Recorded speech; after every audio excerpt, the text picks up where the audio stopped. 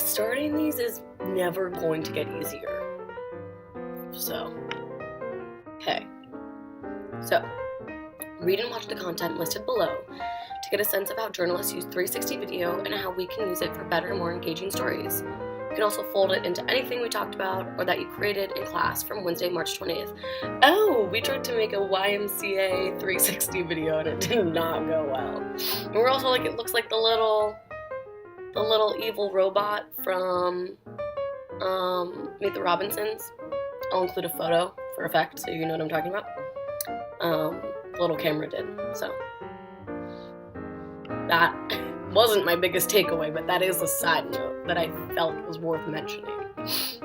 So I'm gonna look over some of the links we've been provided, and just do a little review. Just talk about it. Oh my god, am I gonna sneeze? No. Crisis averted. So I'm reading an introduction to 360 video, and I really like the way the author phrased this. So, talking about like what 360 video does for the viewer, author writes, placing the viewer within the context of a scene or event rather than presenting them as an outside observer and giving the viewer the ability to control the orientation of the scene and viewing direction.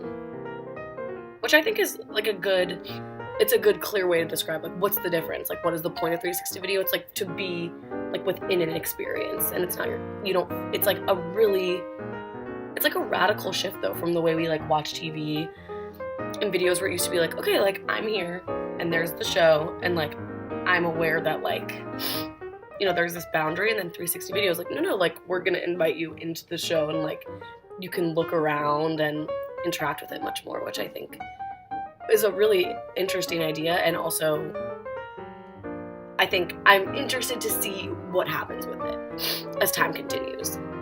So, that's one of my thoughts. We're talking about the difference between VR, AR, and 360 video, which, to be honest, I thought they were all the same thing, which is exactly why this article was written, so people like me could be educated. They're not the same. Okay, let's see. 1. Virtual reality, strictly defined, requires the generation of a fully digital environment and generally has greater opportunities for interactivity in the experience and cedes control over the story experience to the viewer. Okay. I think I did a virtual reality game? I don't know. I was at the Sony store in New York and they did, like, Spider-Man was coming out, and it was like you could look around and like you were Spider-Man trying to like shoot webs and things like that. And like there were the sounds and everything. It's pretty cool, but I also was like, I'm kind of dizzy. It kind of stresses me out. What is real? But it's also it's a cool tool that they were using, they being someone else, to like try to give people a better understanding of what it is like to try to cross the border into America. I think to like kind of start a more meaningful conversation around it. So it definitely has a good use. But my Spider-Man one was arguably not as important. And 360 video, however, is a live action capture of a real world event or setting without the need for a pre-rendered digital environment. Alright, I guess it's not like interacting in the same way like when I had my gloves on for VR and I was like shooting the webs. It's just like being in the room, in the experience, and being able to look around. Okay, so then the lines between 360 video and VR blend with augmented reality. What is that? Oh, which involves the overlay of computer-generated imagery over a live capture of the space around us. A popular example of this is Pokemon Go. I did play that. Very fun. Drained my phone battery, but super fun. Did it with my sister. We had a great time. Interesting that that's the one I enjoyed the most. I think it was like the least difficult for me to navigate, if that makes any sense. I just was going about my life and then I was like, oh, I had a Pokemon. And I think like for the virtual reality, I had to like get in my suit of armor and then was like, I am Spider-Man. So that's my hot take on that. Now I'm gonna look at the way storytelling changes with 360 video. So this is broken into 5 parts. 1, you can't control the viewer's gaze. Oh, okay. So there's like no way to construct like wide shots, close-ups, all of those things. 2. 360 video prevents filmmaker bias. Journalism, by definition, is meant to be objective and tell the facts, which is exactly what 360 videos do. When telling the story with 360 video, you can't cut between scenes too fast, you can't move the camera around too much, and it's hard to edit within a scene without disorienting the viewer.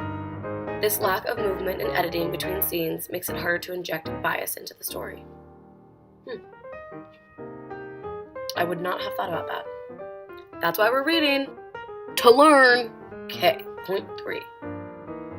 360 videos can be more engaging and memorable than regular video. Oh. Okay, and then 4, your audience isn't just viewing, they're experiencing. Yeah? That's kind of what I think my group we're gonna have to work on is like, what do we want our viewer to experience? Like, what is a story not only that is worth telling, but also could be elevated by experiencing part of it. Last, linear plotlines don't always work in 360. Oh. What are we doing? Learning. I feel like definitely I learned a good amount about just like the journalistic opportunities that 360 video creates, the difference between VR, AR, and 360 video, and then kind of how to make an effective, immersive 360 video. So I would say, all in all, I feel like we learned. And thank you.